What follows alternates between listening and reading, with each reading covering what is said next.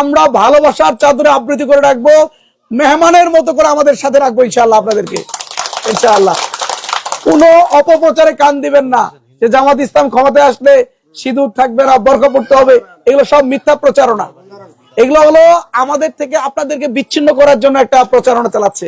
জামাত ইসলামী ক্ষমতায় আসলে আপনাদের সিঁদুর থাকবে, আপনাদের শাখা থাকবে, আপনাদের ধর্মীয় আচার অনুষ্ঠান সব ঠিক থাকবে। মুসলমান মুসলমানদেরটা পালন করবে, হিন্দুরা হিন্দুদেরটা পালন করবে, বাকিরা বাকিদেরটা পালন করবে। কেউ কারোর উপর হস্তক্ষেপ করবে না ইনশাআল্লাহ। আমরা চাই শান্তি নিরাপত্তা, তাই না? আপনারাও শান্তি নিরাপত্তা চান, আমরাও শান্তি নিরাপত্তা চাই।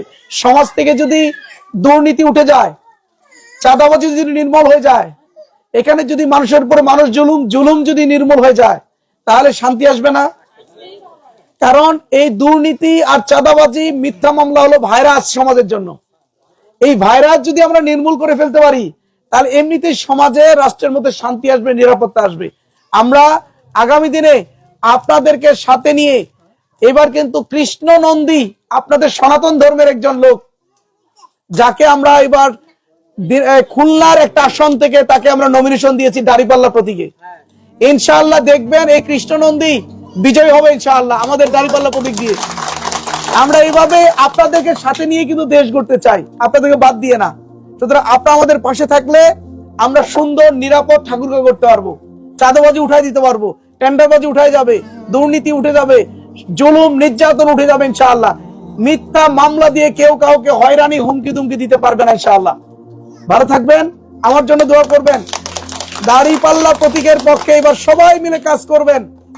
একবার সুযোগ করে দিবেন আমাকে সেবা করার, দেখবেন ইনশাআল্লাহ আমার সেবায় যদি আপনারা সন্তুষ্ট হন, বারবার আপনারাই আমাকে ভোট দিবেন। আর যদি মানে আমাদের সেবায় যদি সন্তুষ্ট না হন, তাহলে তো আমরাও আর আসতে পারবো না, আপনারা ভোট দিবেন না ইনশাআল্লাহ। এজন্য একটিবার সুযোগ দেবেন আমাদেরকে ইনশাআল্লাহ। সবাই ভালো থাকবেন। আপনাদের ধর্মের একজন ভাই কথা বলবে, আপনারা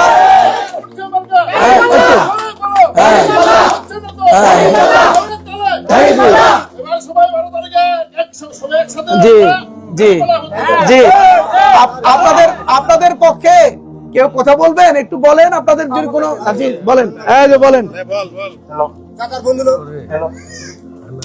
উপস্থিত আমাদের মোহাম্মদপুর হরিবাসর মন্দিরে ঠাকুরগাঁও 1 আসনের এমপি পদপ্রার্থী দেলোয়ার হোসেন ভাই, উনি যদি আল্লাহ তাকে মঙ্গল করেন তাহলে হয়তো আমাদের ঠাকুরগাঁও 1 আসনের এমপি হবে।